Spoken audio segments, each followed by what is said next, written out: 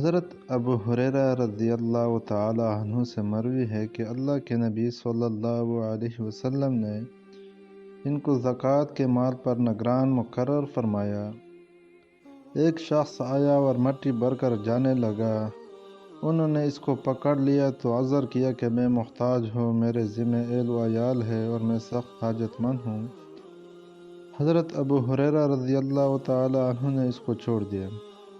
صبح ہوئی تو اللہ کے نبی نے ان سے پوچھا کہ وہ تمہارا قیدی کا کیا ہوا؟ انہوں نے کہا کہ اس نے حاجت بتائی تو میں نے اس کو چھوڑ دیا۔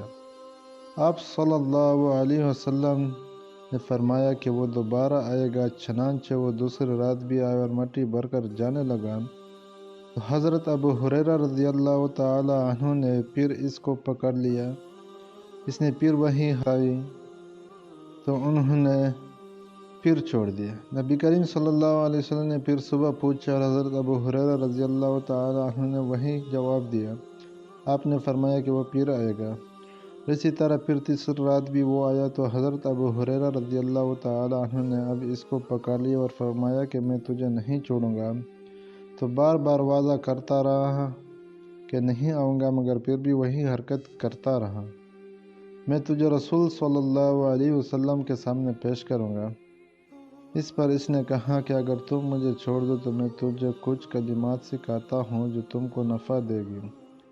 حضرت ابو ہریرہ رضی اللہ تعالی عنہ نے پوچھا کہ وہ کیا ہے؟ تو کہا کہ جب تم اپنے بستر پر جاؤ تو آیت الکرسی پڑھ لو، تمہارے لیے اللہ کی جانب سے ایک محافظ مقرر ہو جاتا ہے اور صبح ہونے تک شیطان تمہارے قریب نہیں آ سکتا۔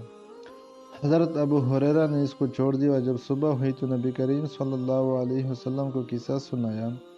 آپ نے فرمایا کہ اس نے سچ کہا اگرچہ کہ وہ جھوٹا ہے۔